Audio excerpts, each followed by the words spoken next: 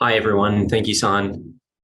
Um, so I think we can get started. Let me start sharing my screen and we'll get onto it.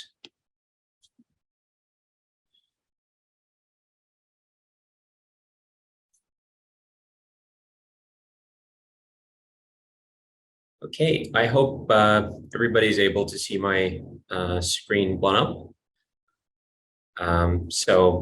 All right, without further ado, I wanted to get, talking about generative models. So that's the title of this talk. We will actually be looking at mainly what they are, a few key deep learning based generative models. And I will also try to finish with a bit of an illustration in JAX, which is a automatic differentiation library in Python. And if you're familiar with like TensorFlow, PyTorch, JAX is of a similar vein, but as you'll see, it's kind of hewing very close to NumPy and quite interesting and easy to use. In terms of the talk, I think Sahan gave a little intro, but in terms of Technoid, in terms of the audience, I'm kind of assuming that you would have a bit of a background in machine learning, along with some familiarity with Python and the numerical stack there, like NumPy. What do I want to really cover? I want to actually focus more on concepts and try to make this about building a little bit of intuition, going over a little bit of the formalism. So there's a little, maths involved, but I think it'll be fairly clear from the intuition how you can, connect the two. And we'll also be down the line looking at an actual implementation in JAX. We'll go through a bit of a taxonomy of, different types of generative models that you might come across. And what are some considerations when you evaluate them and when you scale them up. We'll have a bit of a digression in the middle on deep learning and JAX. I'll try to introduce both with a little bit of motivation. And then we'll cover one particular type of generative model that actually was quite popular a few years ago, but now is kind of not the most popular of the lot, which are GANs, or generative adversarial networks. And I'll try to show you a little bit of an implementation of that. All right, so what are generative models? Well, you're pretty familiar with them already in terms of coming across them in real life. You've had very likely had a look at ChatGPT, which around January, I believe, had some 100 million users within some 2 months of its launch. These have really taken the public consciousness, and it ranges from things like this person does not exist.com to certain text image models like DALL-E 2. You've probably seen that, Stable Diffusion, Imagen, Midjourney, and the like on the text to image front, but also other types of cases where these models are kind of mimicking or generating data from known distributions. So a good example lately, a bit of a scary one, albeit, is voice cloning. There's both, good and bad that's being discussed in the public forum. So, for example, you might have concerns with models like ChatGPT and systems, really, whether there's going to be plagiarism in academics, or whether creative industries might be at risk, from writers to artists. And it's also easy to imagine, especially with these language models, how industrially you could now generate misinformation at scale. And you might even be perpetuating some of the biases that already exist in your training data. So if it's an image model, you can imagine that existing body image worries might be exacerbated, or that exist in terms of the language. There's no real reckoning for things like bias in the language, because these models are very data hungry, and the companies and the universities that build them may not necessarily try to de-bias them ahead of training. So there are these kinds of concerns, which seem kind of very immediate and practical, but there's also other concerns like AGI, and it's not really, and by AGI, I mean artificial general intelligence. And I've got a little comic for you on the left side of this, which kind of gives you a sense of the flavor. And really, it doesn't seem like science fiction anymore with some of the capabilities of models like GPT-4, where they have evaluated on fairly practical things like the bar exam, AP calculus, AP biology, and the like. And part of that might just be that they have run out of training data, because some of these models require so much data, as I mentioned, that they've scoured the internet, and even some of the data sets that might be often used to evaluate them might actually be appearing in some form or another in the training data. So that's something they want to avoid. But at the same time, these new evaluation metrics are something to really consider in terms of how good these systems are getting. And it's really interesting that a purely generative system like the language model that is GPT-4 can have such an impact. So these are fairly powerful models, and I will try to give you a bit of a sense of what makes them so powerful, and what kind of uses that you can put them to. So, true to their name, generative models are really about generating new data points. You may have come across discriminative models in other areas of machine learning. And discriminative models, a good example is a classifier. You can see in this image on the right side, there's some handwritten digits, and we're trying to classify them into, are they 0 or are they 1? So on the left, you see this discriminative model doing so. So you have some sort of target label, which is the Y, and it's conditioned on the data. So given some data point, are you able to say, okay, this data point is probably 0, or this is probably a 1? So that's what a discriminative model does. It's really trying to separate the data space so that you can get at the labels that you really care about.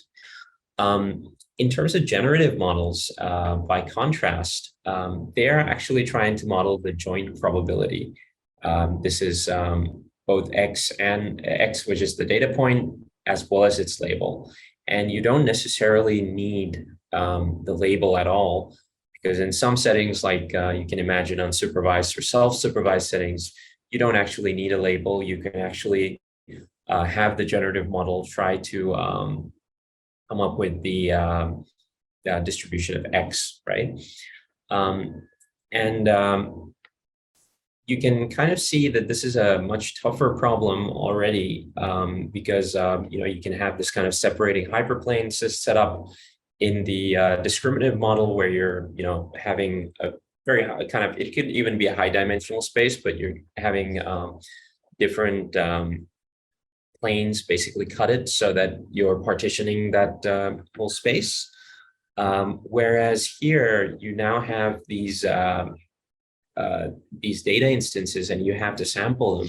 So your target, Ys, if you have them, the labels can be small, a small number of them. They're enumerable in the classification setting. But let's say that you're actually looking at trying to model X.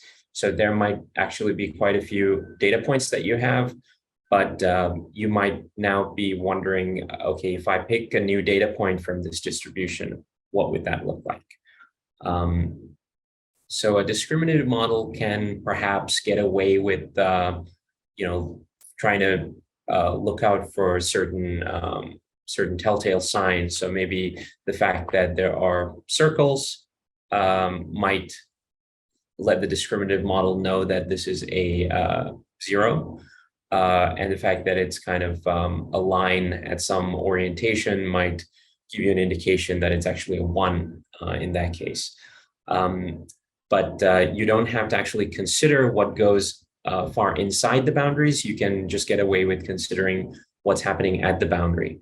But the generative model actually has to model quite a bit more, different nuances of the distribution. So what kind of correlations can occur between instances of zero, and those can look alike, they can look slightly different. You can see this kind of crossed out zero as well. Whereas a discriminative model doesn't really have to bother with these things. So the problem you can kind of get an intuition is actually fairly difficult, but we'll see how modern models kind of get around this. So looking into the formalism, and I'd like to kind of start on the right-hand side here. We're trying to start with some sort of data set. Let's call it D. We're trying to approximate some underlying distribution of this data.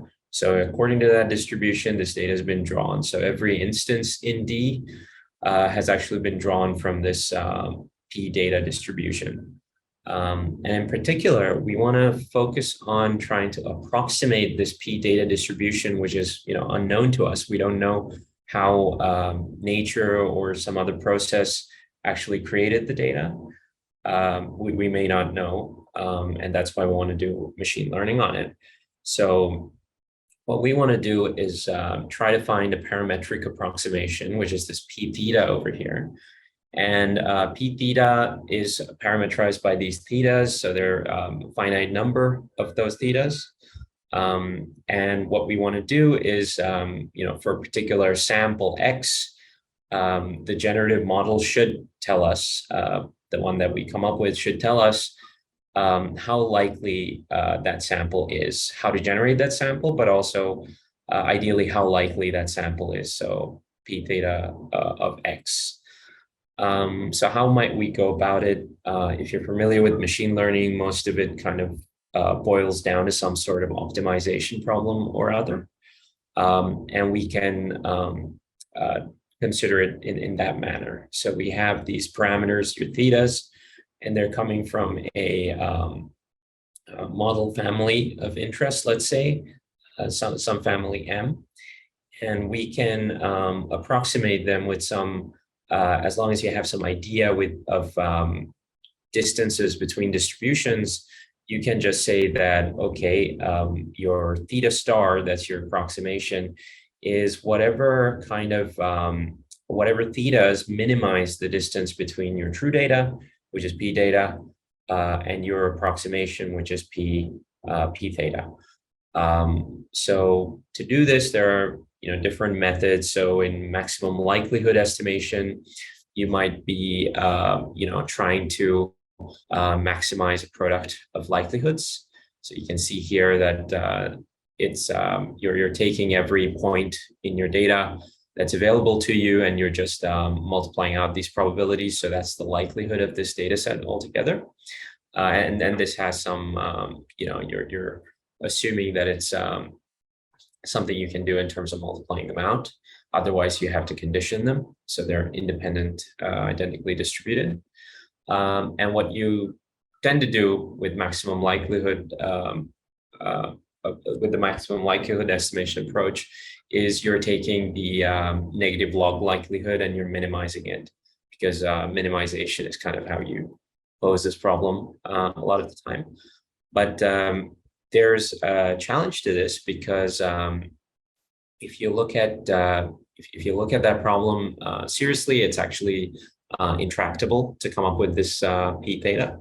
So what you're actually going to be doing is you're trying to do some kind of approximation. So we may have some models that output probability, some models that don't, but ultimately you're trying to sample points from p data, some sort of approximation of p data at least. Usually you have your possible number of samples far outstripping the size of the data set that's available to you. If you think about images, for example, you might have each image having some sort of length, width, dimensions, and each and the multiplication of those, in terms of pixels, that will give you how many pixels there are. But each pixel now has 3 channels each, and it can take values on each channel. It can take values from 0 to 255. So now, if you think about that, it boils down to a massive number, 256 to the power 3 into whatever the length and width in terms of pixels of that image. So it's a really gargantuan number, whereas even the biggest data sets of images we have these days, like ImageNet, only have on the order of millions of examples. And if you think about it from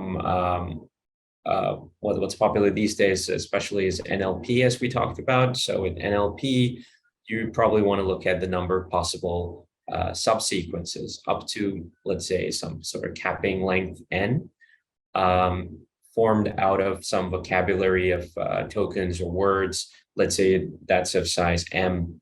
So you have, for any length k, you have m to the power k sentences, which are possible to generate. So it's m choices, and then for each token, and then k times, because it's k length.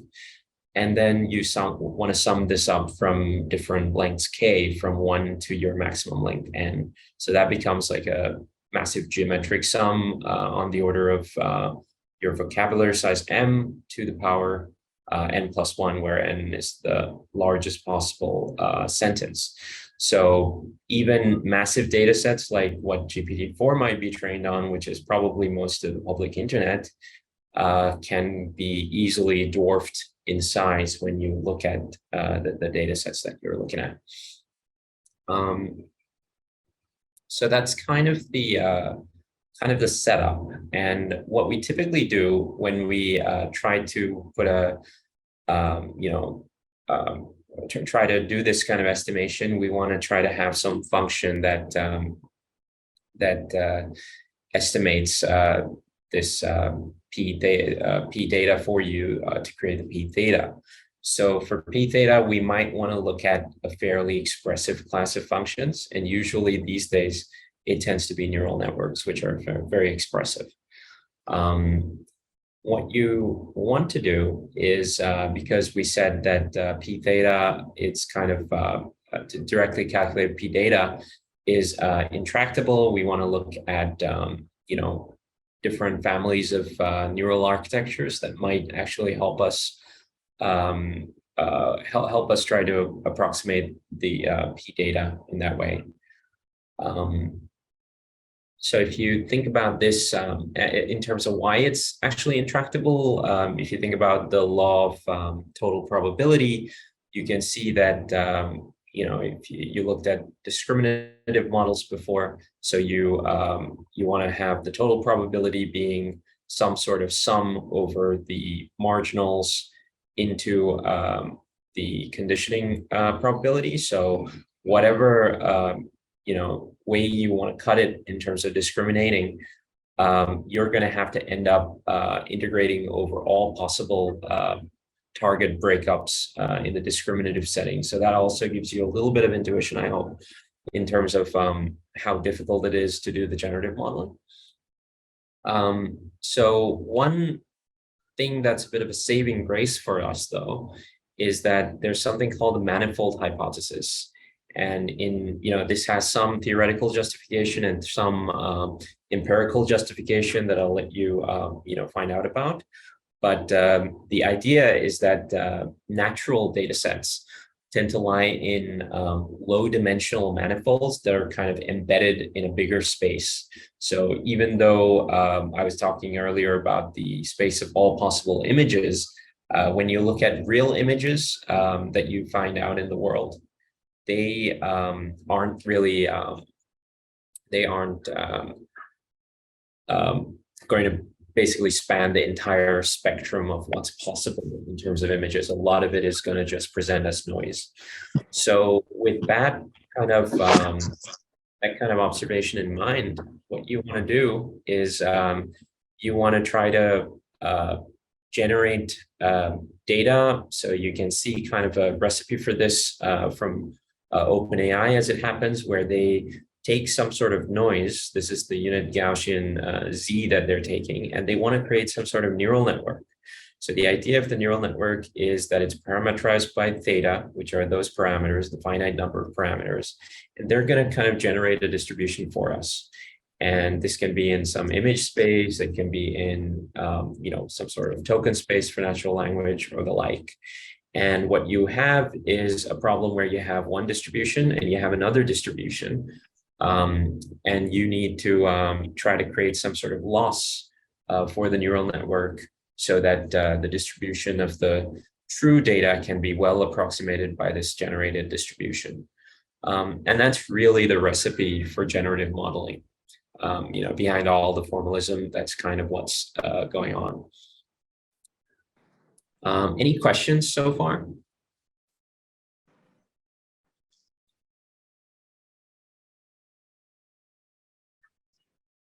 Okay, perhaps not.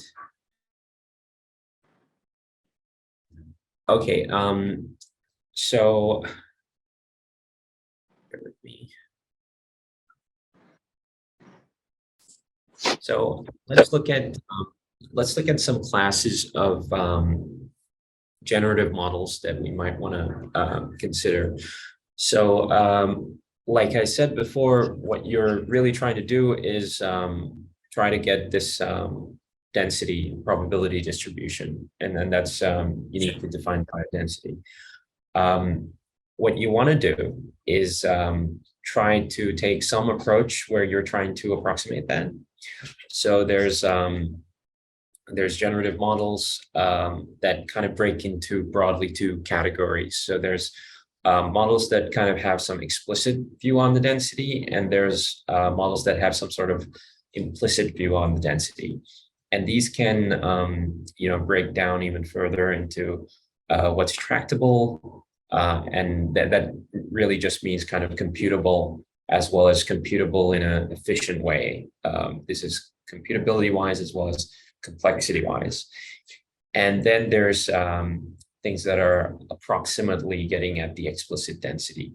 And you can see some examples on the right here, where I've got as examples of tractable models, autoregressive models. So the autoregressive family actually contains models like large language models of the vein of GPT-3 and GPT-4, as well as some models that you might have heard of that really rely on kind of conditioning over time. There's also what are called flow-based models. So the idea here is that if you have some sort of data point, you can actually create some sort of flow, and that's typically, let's think about it as a neural network. It's some sort of function that ends up reducing that to noise, and then from that noise you apply the inverse of that function, and you end up with a reconstruction of that data point. So you can imagine that by parameterizing this and kind of doing this over and over, you can actually learn a good flow and its inverse. And of course, you might be familiar with approximate explicit density methods, including variational autoencoders or VAEs.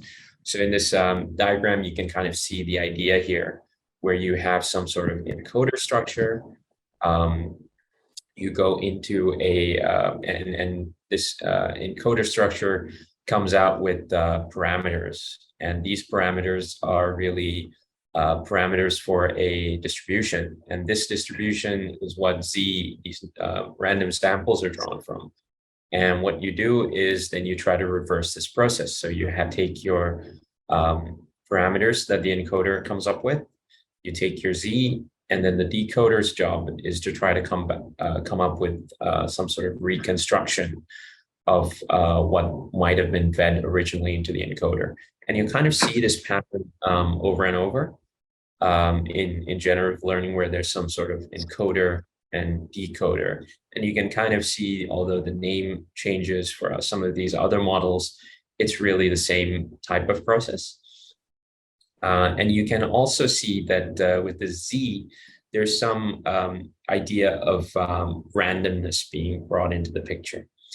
You may have also heard of diffusion models, so they're kind of related. They're also a proximate explicit density model. The idea is you take your original image, you try to learn how to add Gaussian noise step by step. So Gaussian noise is noise from a normal distribution. You add it step by step, and how to both add it, and which is trivial, but you learn how to reverse it. So until you come to this completely random image, random static rather. And by learning the reversal process, what you can do is you can do a kind of forward pass where you take some random noise, and you know how to add image noise on top of that noise to progressively get at a realistic looking image. So that's a little overview of some of these models. And you want to kind of you want to kind of also that usually these networks are fairly really isolated to the Z, which is we're very explicit and in control about adding that randomness. So the other point to note is I think we talked about the manifold hypothesis. The other idea is that, and it's kind of drawn in this diagram from Lillian Wang's blog, where you have these kind of smaller block representing Z versus the X over here. It's only different in the diffusion model, but typically this is also a recurring pattern where you have some sort of smaller representation of your original high dimensional space, and you kind of have this bottleneck, and it's from this bottleneck that you grow it out. And this is really explicitly the manifold hypothesis in action. So you've got these different types of model classes. And what we want to think about then is, and we tried to provide a bit of a taxonomy of how they break up. I think the one that I didn't talk about is kind of this autoregressive model. So what happens in the autoregressive model is you're kind of looking at you're looking at this kind of maximum likelihood type of setting, but you're assuming that every variable, and you can see it in this Bayesian network diagram here, every variable is kind of conditioned on every variable that came before it. So there's a explicit sense of sequence here. So x2 comes after x1, and x3 comes after x2 and x1. So each of these things, for given xn, its immediate predecessor, as well as all its prior predecessors, have some sort of impact on it. So you can imagine this as a whole bunch of conditionals. And these models are actually what get used up in what get used in large language models these days, like GPT-4. So you can kind of see in this next slide what that looks like. So on the left, you actually have a interesting diagram from animation, really, from a Microsoft research blog, where they've looked at the number of parameters, and you can see this is in the log scale, but it's still scaling up quite almost exponentially, and this is over time. So you can see some of the model classes we talked about, like the VAE and the GAN, are there. And in the light blue, where it says NLM, these are the kind of autoregressive models. And you can see that over time, they have some fairly big GANs going on, including one that is literally called Big GAN. But over time, you have these autoregressive models being trained with more and more parameters. So that's just an interesting way that research has evolved. But there's also some, natural questions we can think about in light of this, like which models might scale better than others. And we have some natural questions about the inference on these models. So the first question you might have is, how do I actually take a new data point? Maybe I take noise, and using that noise and using that function that we learn, how can I generate a new data point? Is it actually something easy or hard from a computational perspective? So that might really matter if you're serving a model, for example, to millions of users, like in the case of ChatGPT. It might be a significant consideration how easy it is to infer. And for some models, especially those explicit density models, how do you get a probability out of this? What kind of probability can you assign to a data point that you did generate? And if and is this kind of sensible? Because if your approximate distribution, your p theta, gives you high probability on a generated data point, does it actually look like it could have come from your original data distribution? So it's kind of difficult because in order to quantitatively evaluate this, because you have a lot of different types of models, some of them explicitly looking at a density, others implicitly doing so. But how do we actually try to match our mental image of, okay, this looks like a good synthetic data point that could have come from this distribution with some of the metrics that these models actually come up with? It's a bit of a non-trivial problem, and there's some trade-offs that you need to worry about. You might also wonder how controllable these things are, because are you learning something that is disentangled in the representation space? So we talked about maybe there's a lower dimensional manifold, but in that manifold, do you have the ability to control some high-level features? So let's say that you train a model on pictures of animals. So can you actually get high-level features like the breed of the animal, what kind of years it has, maybe if it's a cat or a dog, what kind of breed is it, what kind of tail it has, those sorts of things. Can you pick those out easily? And by picking them out, maybe can you control them? And also you might worry about what sort of training dynamics come into play, but we'll see a bit more of that when we get to the GANs. But at this point, I'm going to take a little breather and ask if there are any questions from the audience.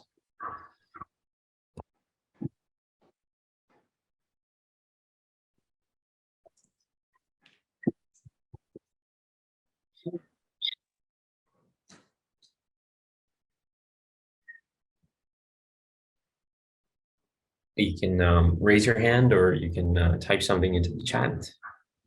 We're having a look.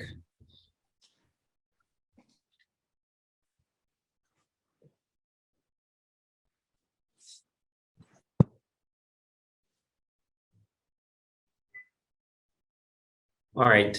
If no questions, and feel free, while I'm speaking, if you have any questions, just to pop it in the chat, and we'll look at it on the next slide that I look at questions.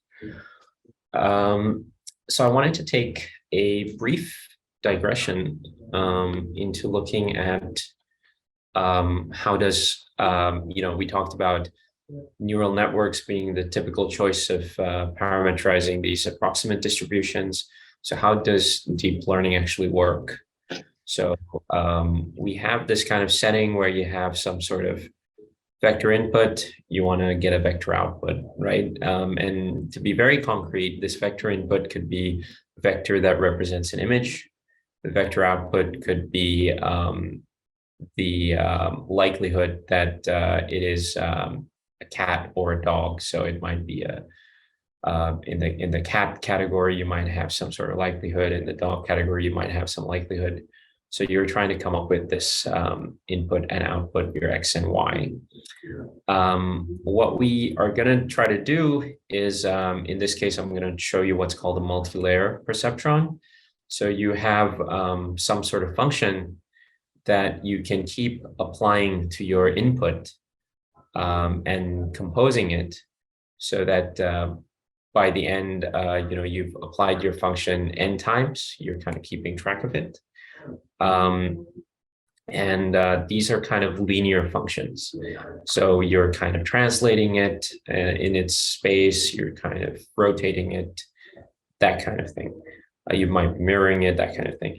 But then you might also look at an affine function. So this looks at slightly kind of moving your function. So you might not just be rotating, you might also be translating.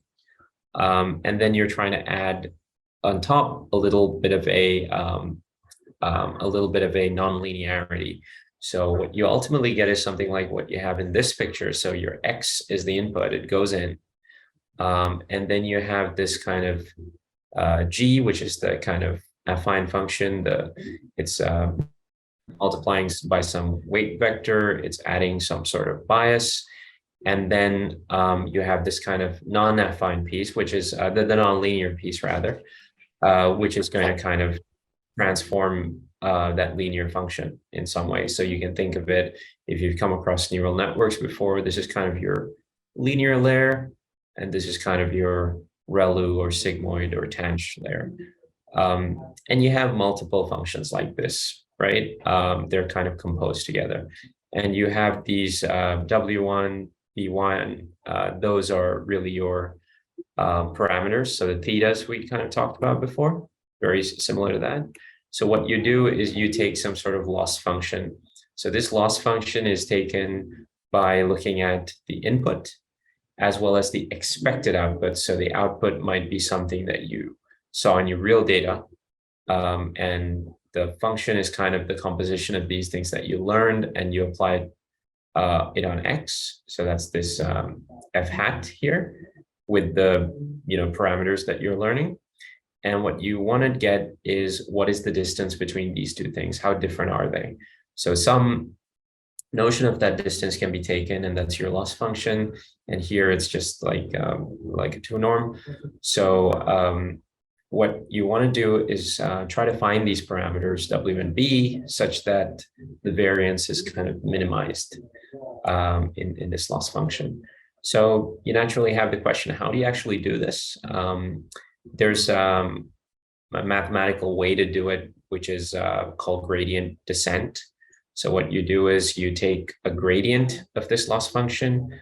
If you're familiar with like high school calculus, you can kind of take a function, you differentiate it, you kind of set that to 0, and then you solve for the parameters, and that kind of gives you the minima and maxima. So you do something similar. And then with that gradient, you know the direction of the rate of change. So you just step forward into that direction in steps of this eta at a time, and you should ideally find the minimum or maximum that you're looking for. In this case, you want to minimize this loss so that this network is performing well. So how do we actually compute this gradient? Here's a little bit of pseudocode in terms of if all the maths kind of bothers you. So you have some sort of affine function. It's literally doing a matrix multiplication here. I'm using NumPy here, and you have some sort of non-linearity here. It's something called ReLU, the rectified linear unit. So it's usually 0 until it kind of comes to positive x's, in which case it's x.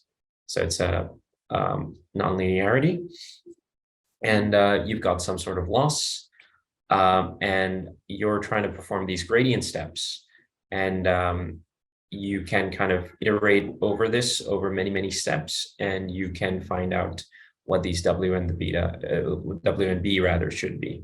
So how do we actually take the gradient? We talked about differentiation from high school. So there's like 2 flavors of differentiation we can look at. We can look at symbolic differentiation, which is kind of the cartoon that you see on the left here. which is what you did as a student in school. And there's also, and you can kind of program that procedure in, right? There's an example of this here on the right that I've given you based on SICP. But there are certain problems with this approach. For example, how do you capture something like control flow in this situation?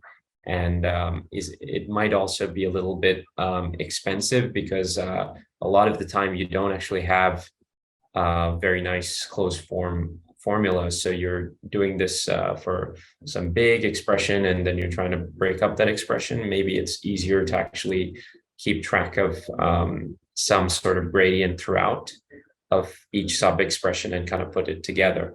So one other option is numerical differentiation. And in numerical differentiation, what you did is you looked at the definition of what is a derivative. It's you take the function of and you kind of add a little bit of noise, and with then the function without the noise, you look at the difference, you scale that by the noise, and you try to limit that noise to zero. So you can empirically do this by kind of writing something like this, and your edge kind of iterates to be smaller. But computers use floating point arithmetic, so a lot of the time, because derivatives might be multiplied with each other, you're going to get a lot of numerical instability, and it's going to be kind of difficult to do this for higher dimensional functions as well. So there's a solution to this, which is called automatic differentiation. So in automatic differentiation, I'll kind of show you an example of how to implement it with something called dual numbers. The idea is probably more important than the explicit way of doing it that's illustrated here. So what you're trying to do is, in this case, you're considering not just real numbers, you're considering numbers of the form a plus b epsilon, where epsilon is some,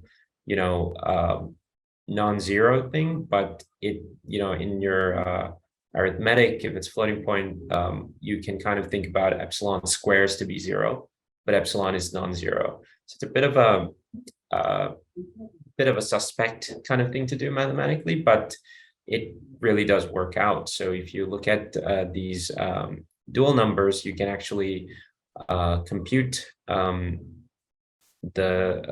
you look at this kind of dual part of it, and that kind of gives you the derivative that you're looking for. So here's an example with x plus x squared evaluated at 2, and that you can verify kind of works out correctly. So you have this is an example of what's called forward mode automatic differentiation. There's also a reverse mode that's used a little more frequently, and it's implemented here a certain way, but this is not actually the implementation you'll find in libraries like JAX, but it's really automatic differentiation that's enabling these things under the hood. So in terms of what is JAX, JAX is something that actually provides a easy way of computing this gradient for you. And moreover, JAX is a library that replicates some of the NumPy functionality. So if you use jax.numpy, you can import that as NP, and most of your NumPy functionality should work. The nice thing, though, is if you now create other functions, and those differentiable parameters in those functions are in the first argument, what you can do is you can differentiate through them just by calling this grad method on that final loss. And you have ways to kind of map over different losses as well. And there's a fair few methods, but I won't really go into it. But JAX is a very low-level library, kind of like NumPy. Whereas if you want to build neural networks, you might want to look at some libraries that are built on top of it. Think of TensorFlow being kind of like JAX versus Keras. And it's at a kind of Keras level that you see other libraries like Stax, Equinox, Haiku, Flax, and the like. So with that kind of bit of a digression, I just want to take some time for questions, if there are any.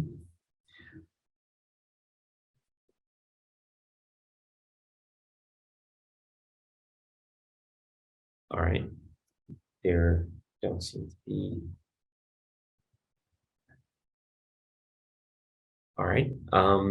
So it's a little bit of a digression over there, but let me get into trying to illustrate an actual generative model with this kind of setup. So you can see here GANs. So what is a GAN? Well, you're kind of seeing it right now in the diagram. So a GAN is a type of neural network architecture.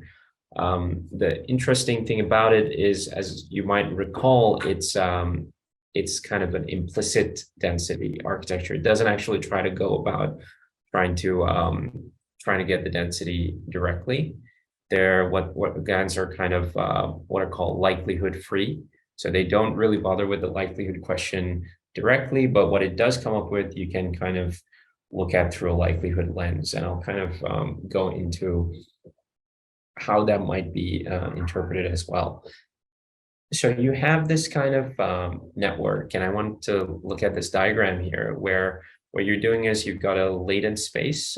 So this is where you get your randomness. So it's these Z's, and they might be, might be sampling them from uniformly, you might be sampling them from normal distribution.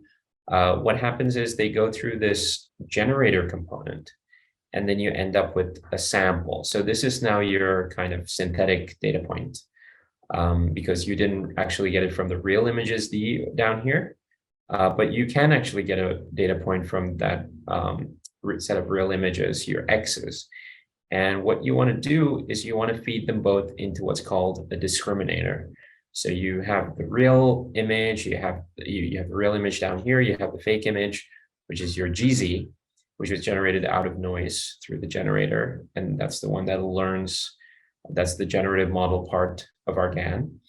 And what this discriminator does is it's kind of playing a game with the generator. It's trying to say, the generator is forwarding, okay, here's my best fake, and it's not saying it's a fake. And the real images, you're getting samples as well. The discriminator's job is, how do I find out if a given sample presented to me is real or fake? So when it does so, what you can do is you have some sort of generator loss, you have some sort of discriminator loss, and these kind of go into the expression and you iterate again.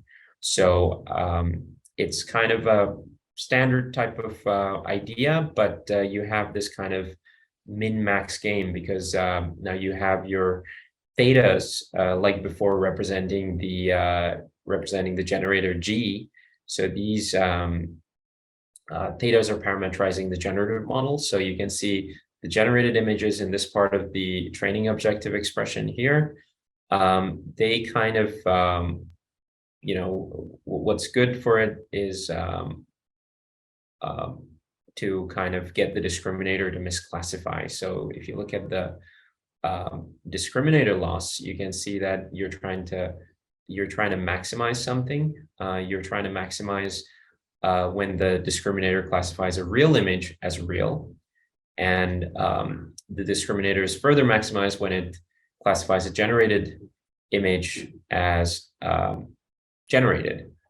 And the generative model kind of works the opposite way. So it's a little tricky because now you've got these two things playing a game with each other. But the way to actually train this is not too challenging. What you do for the training algorithm is something like this. You iterate over different your data set many times. So these are called epochs. And what you do is you sample a mini batch of some data points. These are real data points from D. And then you also sample a mini batch of some noise data points, your Z's, and that's from some sort of noise distribution. What you want to do is you want to take a gradient descent step because you're minimizing on the generator parameters theta based on this. So you can kind of think about turning this into a more discrete expression and stepping that way through the gradient. And once you're done doing that, you do another gradient. This word should be ascent here because you're maximizing. you're taking a gradient ascent step because you're maximizing on the discriminator and on its parameters phi. So you're kind of updating by turns. So there's some good things about this system. For images, for example, this was really the first kind of architecture that gave you really high fidelity images that kind of made you go, "Whoa, that should be a real person," but it's actually not. And that high fidelity is one of the pros for it. You also don't have to worry about some of these likelihood questions. You have a very practical way of getting the model to approximate it in a very implicit way. So those can be considered as pros. On the con side, there's a few. So sometimes you might have the discriminator being a little too strong. So your signal from the loss function gets a bit weak.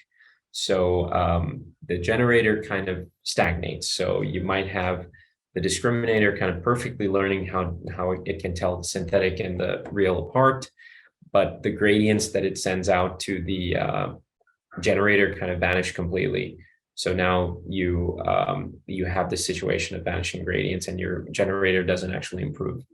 You could also have a situation where the discriminator and the generator can kind of get stuck in some sort of local um, uh, minima or local maxima, and it doesn't actually get to convergence.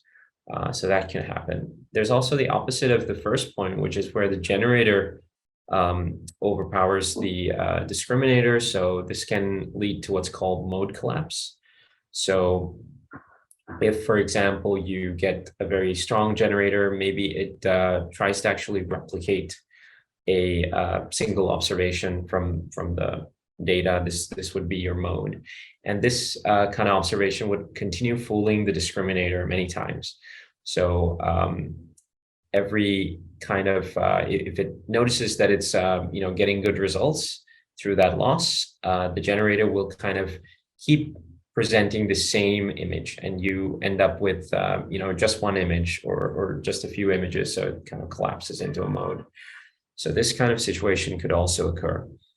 And it can be kind of difficult to correlate the loss with the sample quality, because the loss is kind of this minimax game. So is it really the case that the smaller the loss on the generator, the better the quality of the images? Well, that loss on the generator is really dependent on the capability of the discriminator at the time, which can kind of keep improving as well if your system's kind of playing along nicely. So in that case, maybe you might still get high loss, and your generator might actually start getting worse in terms of the loss perspective, but actually you're getting better quality images. So it's really difficult to get a metric there. And you might also have this case of entangled latent features. I think we talked about how can you get the representation to be disentangled so that you can control certain things or know when certain things will appear. But in GANs, this is kind of a challenging problem. There have been, certainly for all of these cons, there has been a wide amount of research going on. It's a vast area. And a lot of them have been, a lot of proposals have been made to alleviate any one of these. But it's, again, a kind of vast area, and there's a lot of empirical work going on. And some of these are a little more hacky than necessarily solidly, principled, theoretically sound kind of things that have happened. But certainly they do work to make this system capable. So how might you do this in JAX? Actually, before I do that, any questions about GANs?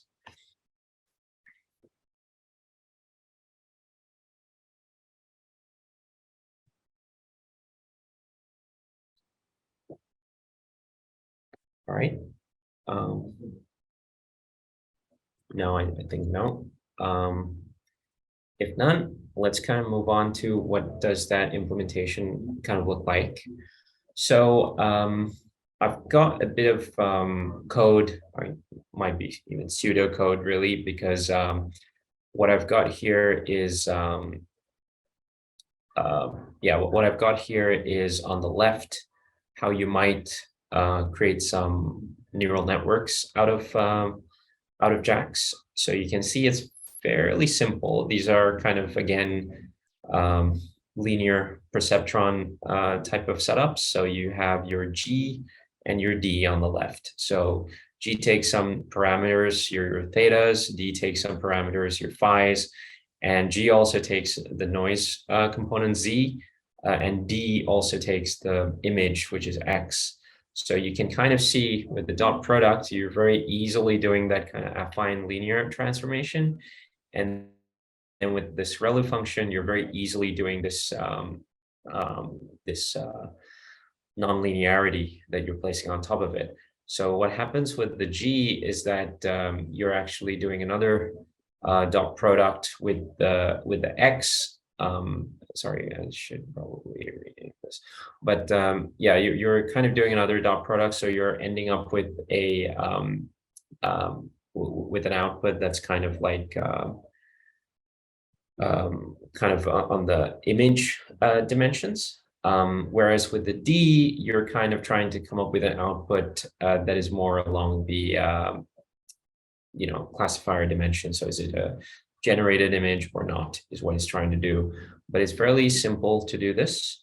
And you can see that these functions you can just directly apply. The only difference to this being NumPy would be that I've used JNP instead of NP, but it's exactly the same thing. You import jax.numpy as JNP and try this. And on the right, you have the losses that we just talked about. So I've kind of defined a binary cross entropy function as a kind of helper function. But you can look that up later. But it's exactly what we showed in the GAN slide before. But you have basically this binary cross entropy for the discriminator loss components, the X loss and the GZ loss.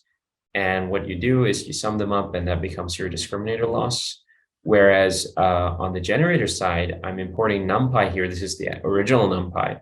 And I'm just generating some random vector. And then I'm trying to create the, by sending it through this generator network, I'm trying to create that same loss. So you got one binary cross entropy term over here for that loss. So finally, and the easy step actually is the taking of derivatives here, because you can just say, okay, from JAX import grad, the discriminator loss grad is just grad of this D loss. The generator loss is just grad of the G loss. And that's pretty much it in terms of defining the networks and losses. Once you have that, the training loop, which I just showed you in pseudocode, looks very similar. So for every epoch and whatever number of epochs, you might have to go through batches. So this is the example is around image generation, but you kind of go through these batches. But what you do is over the training set, you alternatively go through discriminating as well as generating, and you keep doing this gradient update over here. And this procedure is pretty much what the GAN is all about. So you might want to consider a reasonable stopping time, and you can then start generating your own images.